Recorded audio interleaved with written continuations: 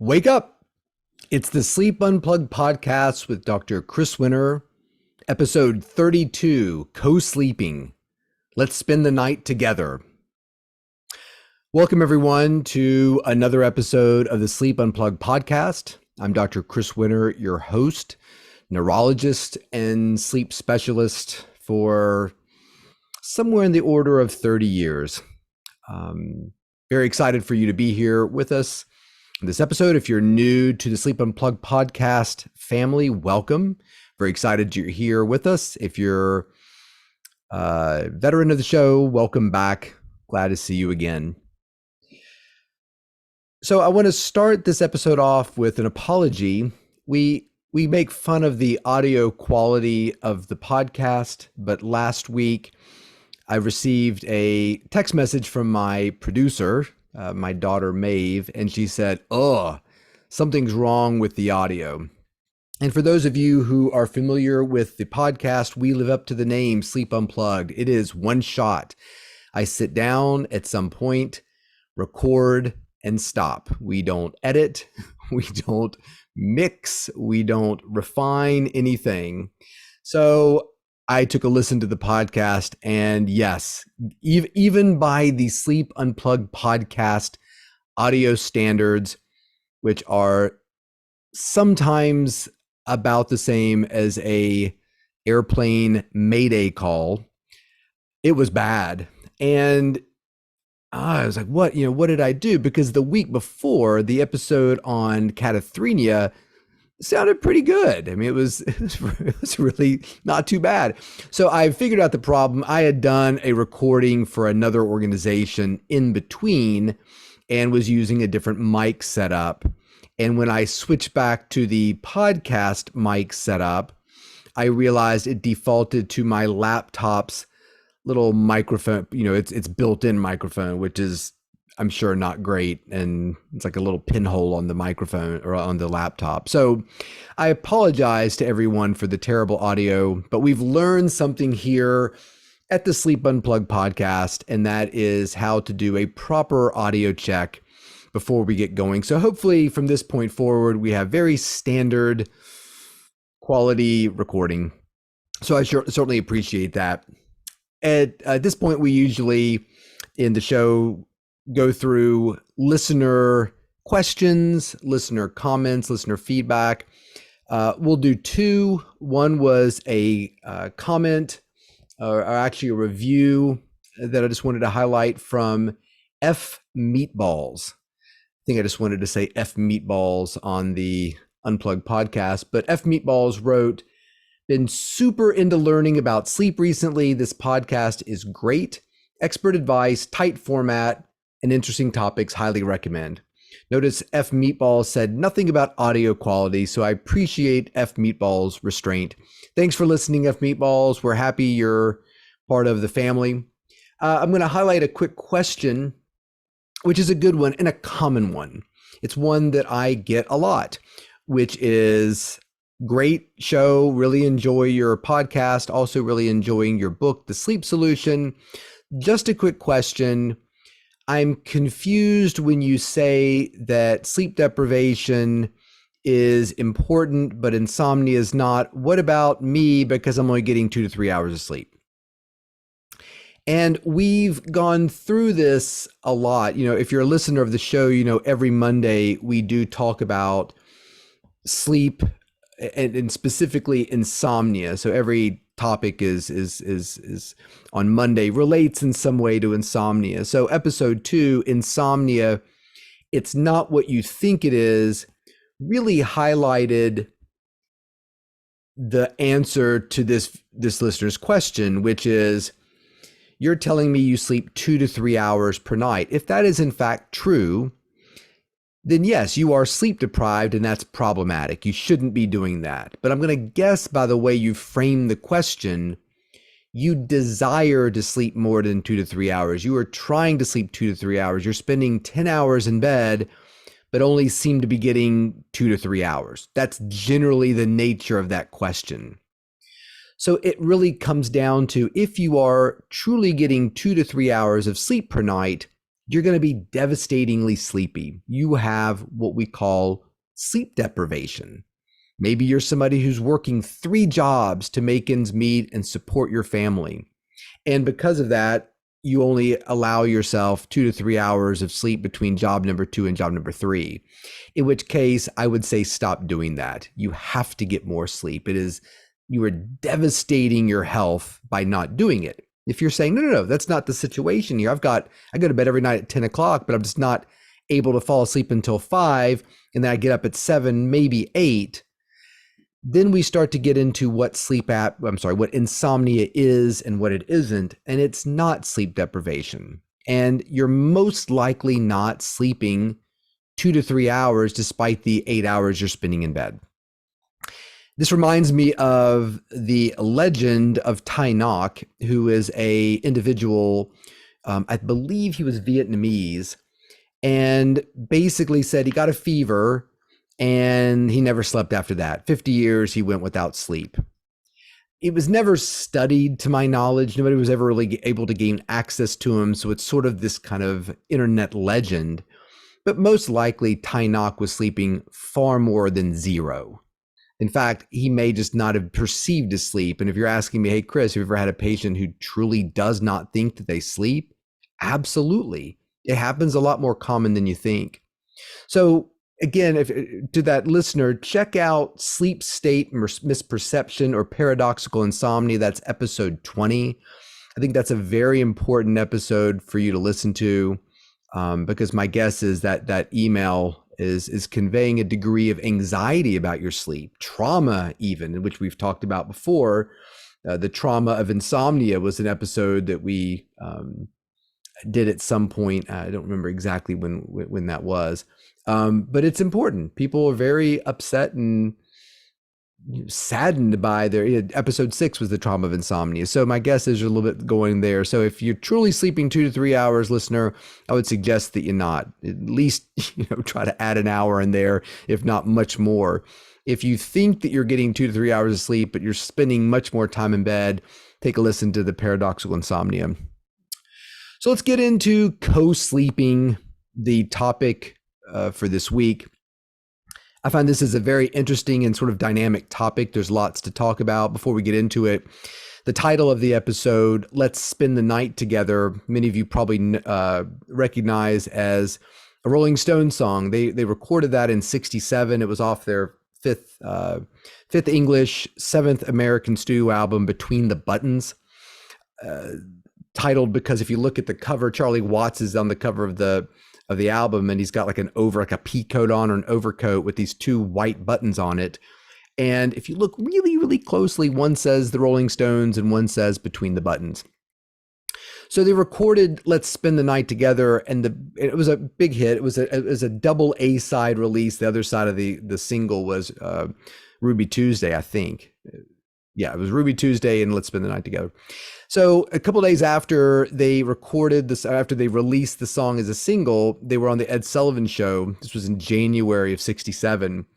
And the story famously goes that Ed Sullivan said, you can't play Let's Spend the Night Together. Too suggestive, too racy, too problematic to view in Americans' homes. So he said either the song goes or you go. So they fought about it. Finally, they came to the agreement that they'll perform the song, but they will not say, let's spend the night together. They'll say, let's spend some time together. And it's a great performance. Look it up, because every time Mick sings it, he rolls his eyes. And if you watch Brian Jones playing guitar, even the drummer, they're all just have this completely snarky look on their face every time that lyric gets sung. And even though they followed the rules and didn't sing the lyric, Ed Sullivan was so mad that he actually banned them. Although I think they came back, a couple of years later. You can't ban the Rolling Stones from TV. They were huge at the time. And it reminds me too that when the Doors released Light My Fire, they had a similar situation that Ed Sullivan said, you can't say light my fire. I'm sorry. There's a line that says, girl, we couldn't get much higher in the song. And they said, you can't sing that. So again, the song goes or you go, it doesn't matter to us. And the band agreed to sing Girl, We Couldn't Get Much Better. And so when they went on, Jim Morrison famously said, screw you. And he sang the lyric. And again, they got banned from Ed Sullivan. And I don't think they ever came back. I don't think Jim Morrison really cared. So there's a little music trivia for you before the episode. So co-sleeping. Co-sleeping is fascinating. We'll kind of divide this into 4 topics. Co-sleeping with kids, which when you say co-sleeping, most people think, okay, you're sleeping with your kids. Co-sleeping with pets. Co-sleeping with siblings, which there's not a lot of information about, but it's kind of an interesting thing to touch upon. And then co-sleeping with your spouse. I wrote a lot about, so if you want to get in touch with the show, I usually put that up front. You can DM me, drchriwinter Twitter, drchriwinter Instagram. You can get in touch with me, drchriwinter on TikTok if you want to. I'm not very active on there. We do have a YouTube channel. It is the Sleep Unplugged, and we post videos of all of these podcasts on there. So if you'd like to see what's going on in the studio here, you can certainly watch those, and you can get in touch with us that way as well too. We'll respond to anything. I'm going to throw a disclaimer up here. These are just sort of my viewpoints on co-sleeping. I'm certainly no authority on, I wouldn't describe myself as an authority on any of this. It's really just more about, let's open up a dialogue. So what I'd not like to get, if possible, are a million DMs saying, why do you bash co-sleeping, this, that? Listen, I'm not here to bash anything. We're here to have a logical, reasoned conversation, and a conversation in which I'd love to learn things from you as well, too. So if you have fantastic insight or an opposing viewpoint, that's fine. I just don't really want to get into the nitty gritty of why do you not like it. So I'll try to, as much as I can, distinguish a medical viewpoint from a personal viewpoint. That's hard when you talk about kids and sleep, because I'm a parent of 3. And so it's hard to kind of differentiate, well, this is what I did as a parent versus this is what I think is medically best. And that's where we kind of get into trouble sometimes with co-sleeping. So let's start with co-sleeping in kids. It's not uncommon. Co-sleeping happens. It happens all over the world. And I think there's a lot of reason to say, hey, this is a pretty natural thing that goes on. I mean, if you look at, we talked in our last episode about polyphasic sleep and that humans are largely monophasic sleepers. But when you look at the entirety of the animal kingdom, lots of polyphasic sleep going on. So it does bring up a question, are we doing something that's normal or are we doing something that's abnormal? Are we doing something that's beneficial or are we doing something that's harmful? Or it's neither, or it doesn't really matter, whatever your viewpoint is. And I think you could say the same thing about co-sleeping. When you look at the animal kingdom, there are not a lot of animals that give birth and then take the child, the baby, somewhere else and drop them off and say, stay here and sleep. Mom and dad are going to be over here in this nest and we're going to be sleeping there. So it's a bit of a uniquely human phenomenon in a lot of ways. The biggest thing that we often talk about with co-sleeping is danger. And that's really, and that danger can be sort of subdivided into 2 groups: SIDS, sudden infant death syndrome, and then accidental death. The parent perhaps rolls on top of the child in their sleep and smothers the child who really can't protect or defend its airway, indicate that it's struggling, etc. And I think we can look at these things sort of independently, even though one of the biggest problems that we have with dealing with this is that it's often poorly classified and reported when they happen. So the number of incidents that are happening and the number that get reported as accidental suffocation by parent versus SIDS is murky. And that was clear in a 2016 study in Forensics Science Medical Pathology, where they say, look, a big problem with us trying to get a sense of what's going on here is that we don't do a good job at the time of the death being academic about the way we approach classifying these deaths. So let's think about SIDS. SIDS is generally thought to be one of the most common reasons why very young children die. It's usually reported as being somewhere between 30 to 40 deaths per 100,000 births. And usually that ranks somewhere around fourth when it comes to the causes of death in children. Number one, congenital malformations. The baby is born with something that is not compatible with life. Number two, low birth weight births, prematurity. The baby is born not ready to be independently viable. The congenital malformations, somewhere around 120 per 100,000 births. Low birth weight, prematurity, somewhere around 197 to 100 per 100,000 live births. Maternal complications, a problem with the mother during delivery, the mother's health, that's somewhere around 37 per 100,000. And SIDS, somewhere around, again, 30, 35, 40 per 100,000 births. So I'm saying that to give you a sense of scale when we're talking about what is the biggest threats, what are the biggest threats to a very young child. So let's talk about the benefits of co-sleeping. I think there are plenty in a perfect situation. I think that it really creates a strong maternal child bond. There is some research that says, babies that co-sleep with parents have less anxiety, and there's sort of that positive attachment, the better attachment to their parents, etc. The negatives really surround a few things. Number one, breastfeeding. So when you look at the risks of SIDS or co-sleeping deaths, they tend to center around what is the child sleeping on? And of course, there was a huge movement to get kids sleeping off of their back, getting the kids sleep on their back, not off their back. I think that the phrase was "get back to sleep." That was the catchphrase to remind parents, put your child on their back when they sleep, because that's the most protective of their airway. If they're on their side, they can roll to their stomach. Sometimes they're face down in the crib and they can't catch your breath. Sleeping surfaces are extremely important. They need to be firm. They can't be pillowy where the child could get their face kind of in a position where they couldn't breathe. Maternal alcohol or parental alcohol, smoking, and then age under 12 weeks. All of those things greatly increase the risk for SIDS and sudden infant death. So breastfeeding is a big one in that a lot of individuals who are breastfeeding find it to be extremely convenient to have the baby in the bed with them. So the mother can get easier sleep. The baby has access to the breast and can nurse during the night. The problem is that studies have shown a positive association between breastfeeding and co-sleeping and SIDS.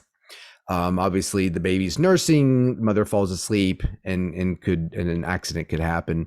But even independent of that, the level of SIDS goes up. The other thing that we see with co-sleeping is that both infant-related arousals and maternal arousals go up. So the idea that you're giving a child a better quality sleep by having the child in bed with you is probably not the case when you're looking at number of arousals per unit sleep. So this is problematic, and it does happen. So my recommendations about co-sleeping are: be with your child, bond with your child, hold your child, swaddle your child. You can do all these things, but when it comes to co-sleeping, I think what is best, and the American Academy of Pediatrics has said this as well too, is have the baby in your room. The baby just needs to be in its own sleeping space like a bassinet. So literally, you're in bed, and 12 inches away from you at the edge of the bed is a bassinet right up against the bed, if you want it to be, where the baby can be on its back, free from stuffed animals and padding and things like that, in a very approved bassinet where you've got access to the baby if you need it, but the baby is in its own space, and no matter what position you do or roll over, you're not going to hurt the baby. I think that's probably best and very reasonable. I'm not here to tell any parent what they should or shouldn't do. I've had plenty of families who, plenty. I've had families who the kids are in bed with them, and that's their choice to make. I think that it becomes an easier choice once the child reaches the age of 1 or above. Because at that point, the child is much better able to defend its airway and indicate if there is a breathing problem. And I'll just end this. And I wrote this in my book, The Rested Child. So I've written 2 books, The Sleep Solution and another called The Rested Child. There's a whole section in The Rested Child about co-sleeping.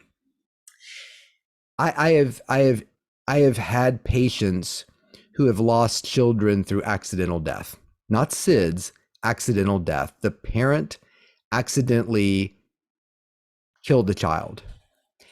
And I think that even though those numbers are small, I'm here to say, I'm not trying to scare you with statistics. It's been a very, I think that the thousands and thousands of patients I've seen, we're talking like 3. So there's nothing statistically shocking here. I'm not trying to scare you with your potential to win the lottery. Nobody should be banking on winning the lottery, but somebody wins the lottery, and good for them. But somebody also wins this terrible lottery as well. And I've never met a couple who said when it happened, well, this is awful, this is a terrible tragedy, but we still think it was for the best and we will continue to do so. In fact, all of them that I've interacted with have expressed profound remorse for the situation and have vowed to never do it again. So, I kind of likened it, I think, in my book to skydiving. People die doing these kind of crazy base jumping, skydiving things. A lot of times they interview the families and they'll say, you know what, this is awful. It's been a terrible tragedy within our family and we're dealing with it. We'll never get over, etc. But when I think about her and I think about her passion for base jumping, it's really what drove her in life. So while it's terrible that this happened, she died doing what she loved to do. And we have some sort of comfort in that. And I never feel that with the deaths that I've seen. So everybody's going to make their decisions. Are you going to have if you're pregnant, do you have a glass of wine at the party or not? And if you do, why do you? If you don't, why don't you? And I think this kind of boils down to that kind of decision. So with the consequences being that dire, I think there's lots of ways to foster connections with babies and be there for them that doesn't involve them actually being in your sleeping space, at least until they're a bit older. And 1 year old is usually when we start talking about, okay, well, at 1, they can have some things in the crib with them or whatnot, because now they're a little bit more able to take care of themselves. Pets. Let's talk about pets and co-sleeping, a little bit more of a lighter topic. And one that I think, again, it really depends upon the sleeper, it depends upon the sleeping space, and it depends upon the pet. But it is interesting to think about this because I think at first glance you would say, well, it's terrible to sleep with your pet. That's not what we should be doing. But a lot of people do. Statistically, I think it's somewhere around, if you've got pets, something on the order of 3/4 of people at least have the pets in their room. So it's a big number. And then of those people who have the pet in their room, a lot of them sleep with their pet. And there was a great study in 2021 that basically said, look, let's take a look at adolescence. And there's been a lot of focus on adolescent mental health recently, especially since the pandemic, and studies that have shown that, hey, listen, sleeping with your pet can really improve mood, depression, anxiety, and what's better than that? Like, especially in this day and age, anything we can do that can help alleviate these things is great. So they actually looked at adolescents and said, of the adolescents that are actually sleeping with their pets, is it affecting their sleep? And this 2021 study in Clocks and Sleep basically said all of their sleep is terrible, which is so bad. It basically was saying, look, the pet doesn't really influence the quality of their sleep. These adolescents that we're looking at, their sleep quality is not good. And the pet really doesn't move the needle one way or the other. So they weren't arguing for sleeping with the pet, but they really weren't arguing against it either. There was a great study, a large study done in 2020 looking at about 124 nights of pet sleep with women specifically, and showed that it was probably affecting sleep in a negative way. That about 50% of the arousals of the owner, the woman in the study, was most likely linked to an arousal from the dog. So in other words, you take the dog out of the situation and the arousals drop by 50%. The interesting thing in this study and many other studies is if you subjectively ask the patient, how do you feel? They'll say, oh, the pet doesn't bother my sleep at all.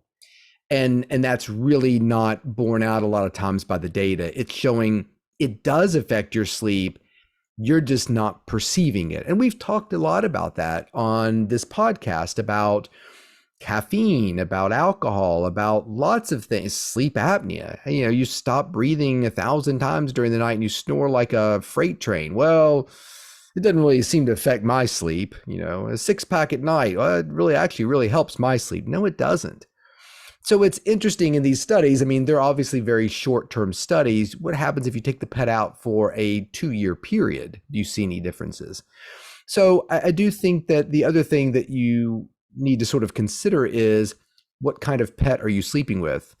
Dogs and cats are very different. We talked about polyphasic sleepers last episode. Dogs are polyphasic sleepers. Anybody who has a dog knows that. Cats tend to be more nocturnal. So that's interesting. Is the cat actually sleeping with you, or is the cat, kind of running around the house and doing things and not even in bed with you most of the time during the night? A lot of times pet owners are unclear about that when it comes to cats. I think cats secretly are constantly plotting to take over your home and your life. In fact, it's interesting. A quick word about pets and snoring, sleep apnea. We talked about snoring and sleep apnea a couple episodes ago. I have talked to many pet owners who have said that my dog wakes me up during the night. Like I'm awakened to the dog making a sound, or its paw is on me, tapping me. And a lot of pet owners have said to me over the years, I always assumed it was because they had to go to the bathroom. But a lot of times when I wake up and look at the pet and say, what's going on? You want to go outside? You need to go out and use the bathroom? The dog curls back up and goes back to sleep. So from the pet's perspective, for the owner's perspective, the pet was literally just waking the owner up for the hell of it.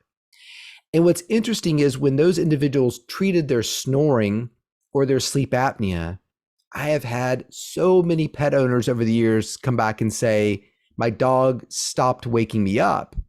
Right, because my theory is the dog is hearing you struggle, is concerned about you. You are the most important thing in his or her life, and you're struggling to breathe and you're suffocating, and the dog knows it, and he's trying to save your life.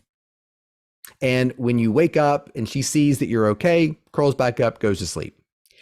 So, but I've never in my entire career had a cat owner tell me that. I have this perception that the individual is suffocating and the cat's just kind of sitting there, licking his paws, waiting for the inevitable to happen so it can take over the apartment. But anyway, that's a theory. Cats are fine. I'm not a cat. We do not hate cats here on Sleep Unplugged. We don't hate cats, and we do not hate iced coffee. We've made those rules, I think, in the past. So I think that, paying attention to the habits of your dog. Is your dog big?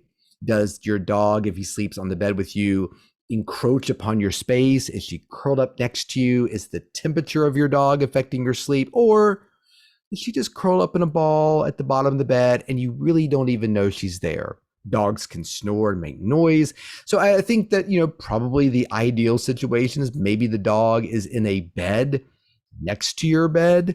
Or maybe if you have a large bed and sleep alone, the dog has plenty of space. I think if you're one of those owners that says, we've got a 70-pound dog and it hogs the covers and it works its way up between myself and my partner.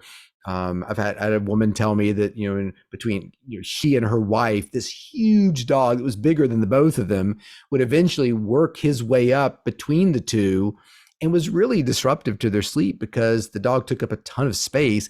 I think that those situations are more difficult, and probably the individual would get better sleep if the dog were somewhere else. So I'm a big pet fan. We have dogs. We sleep with them. They have a little pet bed that we have made like a peninsula sticking out from the bottom of the bed. Our little female dog Darla always sleeps in it. Alaska, our male dog, sleeps next to it, but kind of moves around a little bit during the night. And then when we wake up, they usually come up and kind of sleep next to us as we're kind of getting ready to get up. So just giving you some insight as to what's going on in my bed. But they're also really small dogs, and I don't know that they're there, but that could be a perception problem. I'm just going to touch upon siblings sleeping together because we don't really talk a lot about that as a co-sleeping topic. I mean, I think in the United States, 2/3 of homes with children have kids that are sharing the same bedroom, but the numbers of how many kids are sharing the same bed are not really easy to find. There was an interesting study looking at twins that said when they were very little, when they shared a bed, they tended to thrive a little bit better, grow faster, sleep better. I find that really interesting. Like as they come out of the womb, they're still benefiting from each other's presence. I find really, really fascinating and kind of interesting too. So, I think that, kids probably deserve their own sleeping bed, but I think that's very short-sighted and ignorant to say that in situations where I've had families come to me where kids have to share a couch. So this ideal of what kids should get and the reality of what the situation a lot of kids are sleeping in is there's a big space between those two things. So we always just kind of keep those things in mind when I talk to families who have difficult situations. They've been, kind of evicted from an apartment. Now they're living with friends and they're all squeezing into a bedroom. It's really about trying to make the best of what you got. How can we create divisions? How can the parents stay up a little bit later to get the work that they need to get done, so the kids that are sleeping in the air mattress or on the sharing the small twin bed or whatnot are dealing with that positively. I also think about co-sleeping in terms of not with bed, but in bedrooms in a lot of college situations. I think people who know this, listen to the show, know I've got a son at the Naval Academy, and their bunking situations can be quite tight. And so, just trying to figure out ways to create light separation and noise separation to maximize what are often not great situations. And finally, I'm going to talk a little bit about co-sleeping with partners. We have talked we talked about it in one of our earlier episodes, trendy sleep topics. One of them was sleep divorce. So I'm not going to get too much into that. I think there's a lot of psychological benefits for partners sleeping together, a feeling of safety, security. I think a lot of individuals who sleep together feel a lot more connected to their partner. But I do think that, sleeping in separate situations is okay in situations of shift work where an individual is having to, go in and come back at very different hours if that's disrupting the partner. I always talked about sleepcations where you're not fully separating your sleep situation, but you are on a couple of nights taking little holidays from spending time together. We talked about in our snoring episode a couple of weeks ago that I don't like the idea of sleeping apart when there is a potentially fixable problem that could not only make it easier for individuals to sleep together, but might even improve the health of one of their partners. So earplugs and sound machines and things of that nature are certainly fine. I just feel like addressing the problem a bit more directly can benefit people maybe even a little bit more. And there was one other thing I was going to mention about co-sleeping. I think that, considering your sleep space can be really positive. The number of patients who've said, and again, I'm not a big fan of, pick an expensive mattress that'll solve all your problems, but it's not very common for somebody to say, we've gone from the full bed to the queen, or the queen to the king, or the whatever, and not seen a tremendous benefit in terms of our sleeping. And that really sort of boils down to, when you talk about co-sleeping, are you co-sleeping where you're sort of cuddled up with the individual that you're partnered with, or is it we sleep on opposite sides of the bed and try not to disturb each other one way or the other? And so considering the size of your mattress and whether or not it's transmitting motion can be very helpful. And thinking about things like mattresses and products that allow the co-sleeping to be a little bit more positive. We've talked about mattress pads. We talked in our episode about temperature. We talked about split pads that have different temperature zones, so you can sleep in a cool environment and your partner sleeping in a slightly warmer environment. I think that's very helpful. I remember there was a company called Savvy Rest that made these latex beds that you could actually design your half of the bed and your partner would design their half of the bed, and it gets all zipped up into one mattress. So you're actually customizing the sleep surface of both sides, sort of like a sleep number, but it's a little bit more structurally built by you versus just an air bladder that's inflating or deflating. And then also beds that are adjustable, I think, can be very helpful. So if a partner, likes their feet up or likes their head up, having a bed that's split where those things can be adjusted to make one partner feel better and the other not can be really helpful as well too. Just things to consider. So that's it. I don't like for episodes to go over 40 minutes, but I wanted to cover a few things about that. So I hope this has been beneficial if you're somebody who likes sleeping with your pet or sleeping with your child or your spouse. My name is Dr. Chris Winter. You can reach the show if you have comments on your co-sleeping stories. It's at drchriwinter, Twitter, at drchriwinter, Instagram. My books, The Sleep Solution and The Rested Child, are available. If you want more information about co-sleeping with kids, check out The Rested Child. There's plenty of that in there. And again, thank you everybody for supporting the podcast. It's been a lot of fun so far. We really appreciate the individuals like Meatballs for taking the time to actually write a review. We read every one of them. Check out our YouTube page if you like and subscribe to the podcast when you have a chance. Really helps us out. Until next week, sleep well.